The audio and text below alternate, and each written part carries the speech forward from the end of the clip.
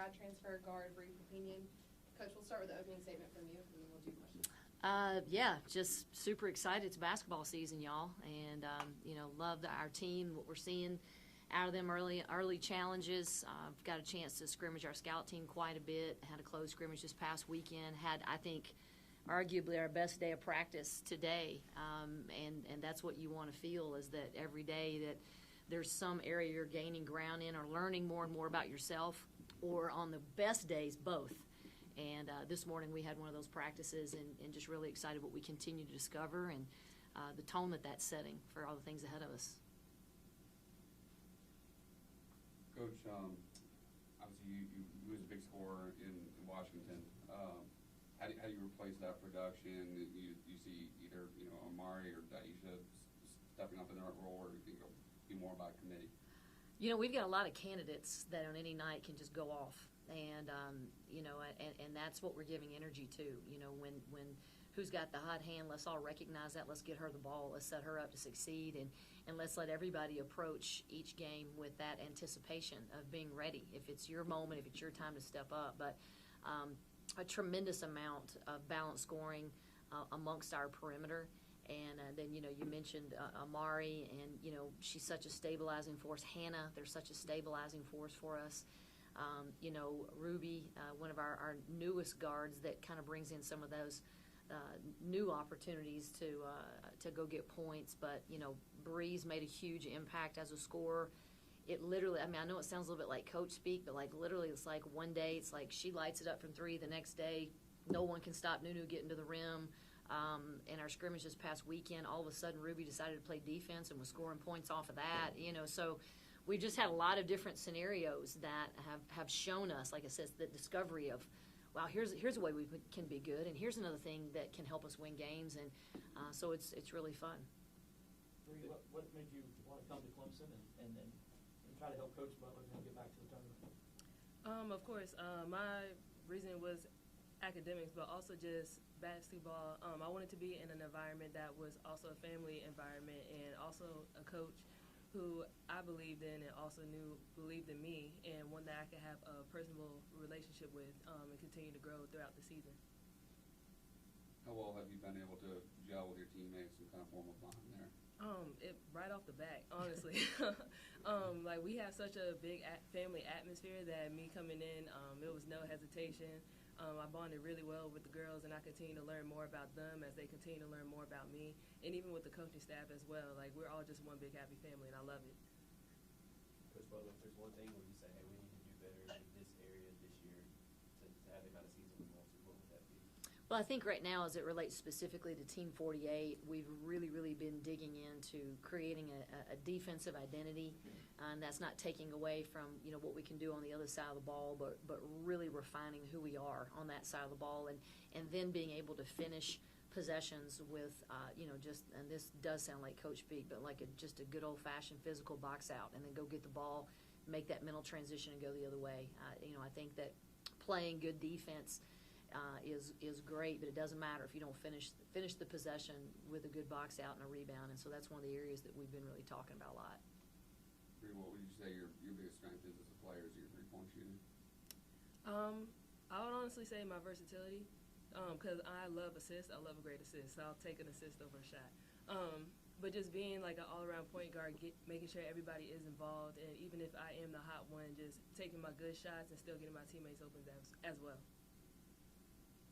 Are you looking forward to the warmer climate weather down here compared to Maryland? I grew up in Maryland myself.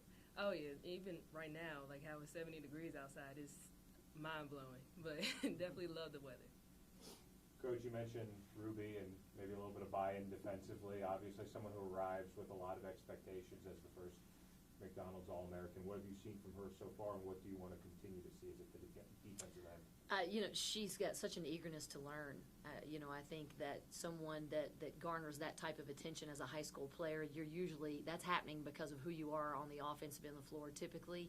And, Ruby certainly is a big-time player on that end of the floor, but her eagerness to learn, the way that she looks to her veteran teammates, her ability to take feedback, and just overall coachability, I think is the thing that's just really inspiring about her, because her talent, you see that right off the bat. But if it doesn't grow, if it doesn't expand, if she's not continually seeking where are her strengths and weaknesses, then it kind of stays the same. And there's absolutely no threat of that happening.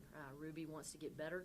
She wants to learn from people. She has a tremendous spirit of humility, and I think that's one of the reasons why she fits so well here and was ultimately drawn to Clemson. Coach, it's hard to believe this is your 5th season already, right? Is it? How excited are you about your first Rock to John Thursday? Oh man, I think it's going to be a lot of fun. I've put a lot of time and energy thinking about my walkout music, so it's going to be a big moment. Just some other ways to get the fans excited, in particular our students, of just really getting their first peek at what Team 48 is, and not just the basketball parts of them, but getting to see a little bit of their personalities and connecting with them kind of on that human level. But it's going to be a lot of fun. I hope a lot of folks turn out. Going to be a bunch of giveaways, good energy, good music. A dance battle could break out. I mean, there's just so many possibilities. I don't want y'all to miss it. What transpired to bring Rock the John back? I know it's been they haven't done it in quite a few times, the first time since you've been here. What were those conversations like, and how did it happen? Well, we had some plans last year, not Rock the John, but we were going to do an outdoor event out on Bowman, which I think was going to be really cool. And then we had some threatening weather, but we had to cancel that. So there's been post-COVID, I think, a lot of attempts to figure out what is the thing that is going to excite our fans in the middle of football season, and what's unique and special. Not just us going out there and shooting in layup lines and being announced. And so we're really trying to capture what we think that our fans want to see and how they want to get to know our teams. But the conversations basically have just been, hey, basketball's important here, and how can we get people fired up? How can we let our students and our season ticket holders and everybody that pays attention to Clemson basketball start to meet our new players, get reacquainted with our returning players, and just have some fun. Just to talk about why the send a message that basketball is important, not just getting somebody like Ruby, who's a McDonald's All-American, and what impact you think that has on the program and just future recruiting. Well, I think, externally it's just like you said, it's a huge message. We want to do things that have never been done here before. And whether that comes in that vein of a recruit who sees, wow, there's an opportunity to come here, Brie as a highly sought after grad transfer to come here and, not repeat things that have already been done, but make your own history. And, I think Ruby saw that opportunity. I think Brie saw that opportunity. And, I don't know if that, I'm just kind of one of those people too that I get real excited about thinking about not what has been done, what hadn't been done. And how can we be the team that does that? How can Team 48 do things that have never happened before at Clemson? So there's been a tremendous amount of accomplishment in Clemson women's basketball history, going back to Coach Davis's era and the ACC championships.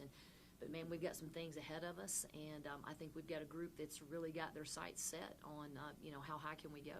Do you have to do anything to try to keep the pressure off of her, or do you feel like she's ready for that big role right away?